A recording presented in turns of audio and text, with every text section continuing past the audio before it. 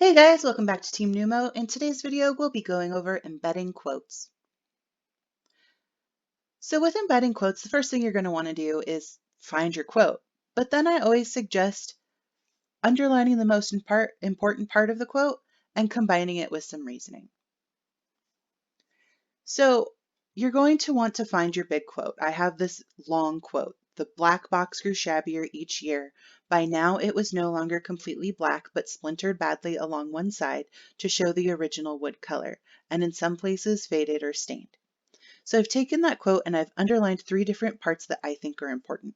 So I've actually taken this one sentence from the text and turned it into 3 different pieces of evidence.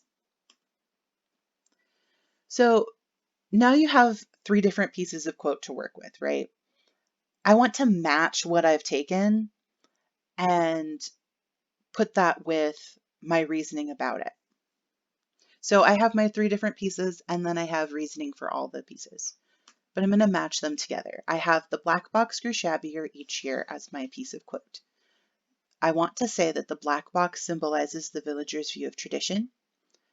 Their respect for the lottery is starting to break down, and they don't know or care about the origins of the tradition.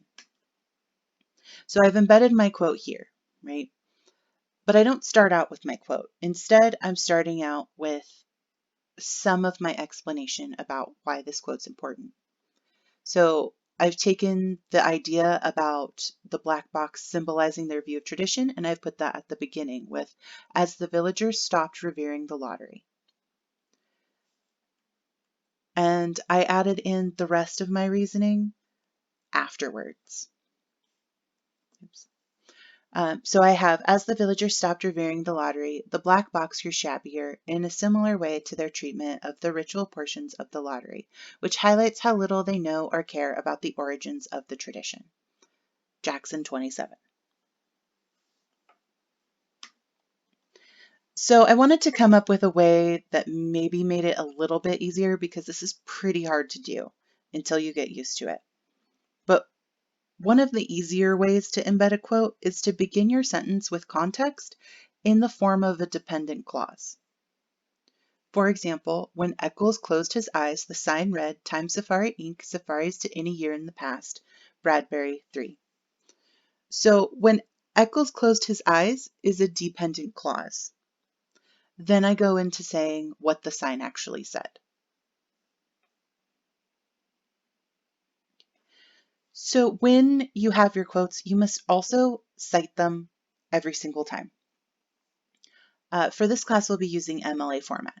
So if the author's name is in your sentence, you would put the page number in parentheses at the end of the sentence. For example, when Eccles closed his eyes at the start of Bradbury's short story, the sign read, and then I have my quote. I just have the page number in parentheses at the end of this because I already have Bradbury's name earlier in the sentence. But if the author's name is not in your sentence, you would put their name and page number at the end of the sentence. So in the second example, you'll see that it says Jackson 27 because I didn't say Shirley Jackson's name anywhere in the sentence. It's important to pay attention to the way that you punctuate your citations. Notice that the period goes after the citation. Your citation is basically the last word in your sentence.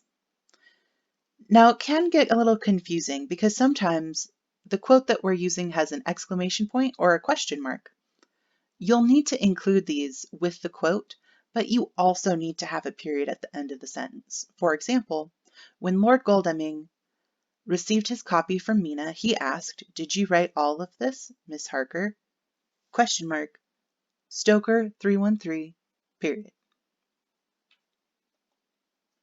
Just as a reminder, for your assignments in my class, you should be using MLA format, which means you need to have your work double-spaced. Your font should be Times New Roman, size 12. You need a heading with your name, my name, or your teacher's name, the class, and the date. You should also have a title, which should be centered.